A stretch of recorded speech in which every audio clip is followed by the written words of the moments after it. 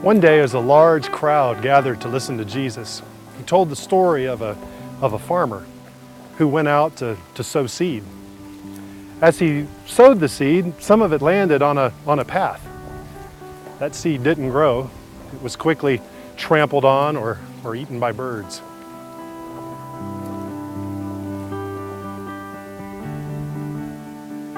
As the farmer continued sowing seed, some of the seed that he threw landed in the rocky places, and it may have grown for a little bit, but quickly, with no roots, it withered and it died. Other seed that the farmer threw landed among the thorns, and it too may have grown for a little while, but very soon the thorns choked it out and eventually killed it. Now, some of the seed that the farmer sowed landed on good soil, and when it landed, it grew. It formed roots, and it yielded a harvest 100 times greater than what was sown.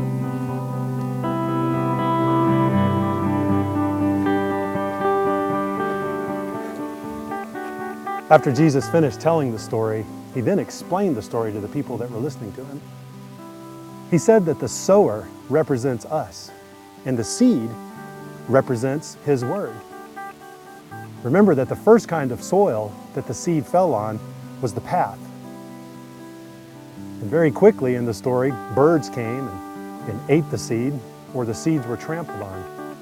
Jesus wanted us to understand that this represents Satan coming and taking the seed that has been planted in the hearts of people, taking it away from them so that it cannot be received and they cannot be saved.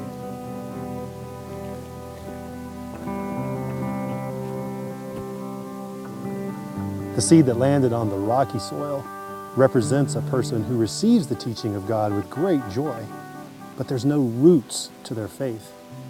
And when life gets hard, they give up. The seed that landed among the thorny soil represents a person who receives the teaching of God with great joy, but very soon the distractions of life come and attack it and eventually choke it out and kill it.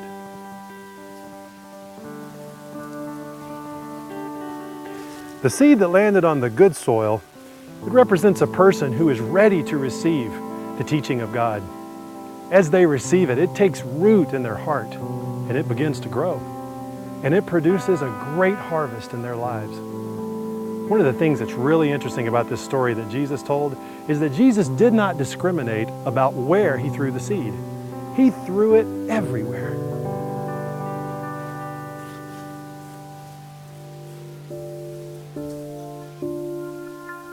Just as Jesus threw those seeds everywhere, we at Worldwide Youth Camps do the exact same thing with orphans and at-risk kids in Russia and Ukraine.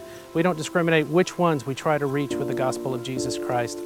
I want to take you on a tour of the Garden of Possibilities, the options for the future for these kids. Come on with me.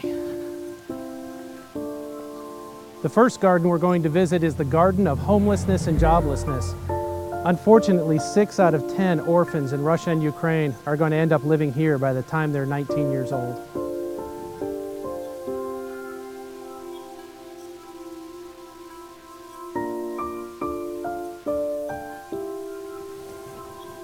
This is the Garden of Addiction.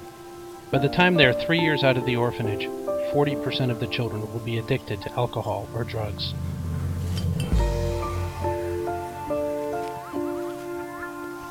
This, unfortunately, is the Garden of Death.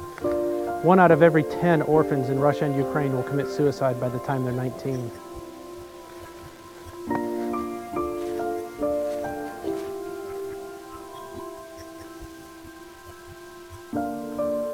The Worldwide Youth Camps, we want to guide the children into the garden of hope and faith in Jesus Christ.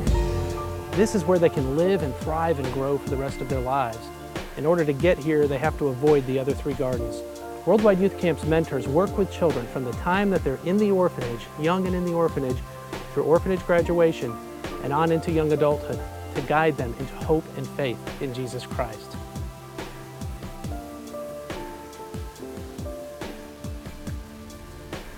I want to thank you for taking the time to come to this virtual Harvesters Gathering for Worldwide Youth Camps. Thank you for listening to us and the stories that we've told. I invite you to check out the rest of the website and learn a little bit more about how you can help orphans in Russia and Ukraine.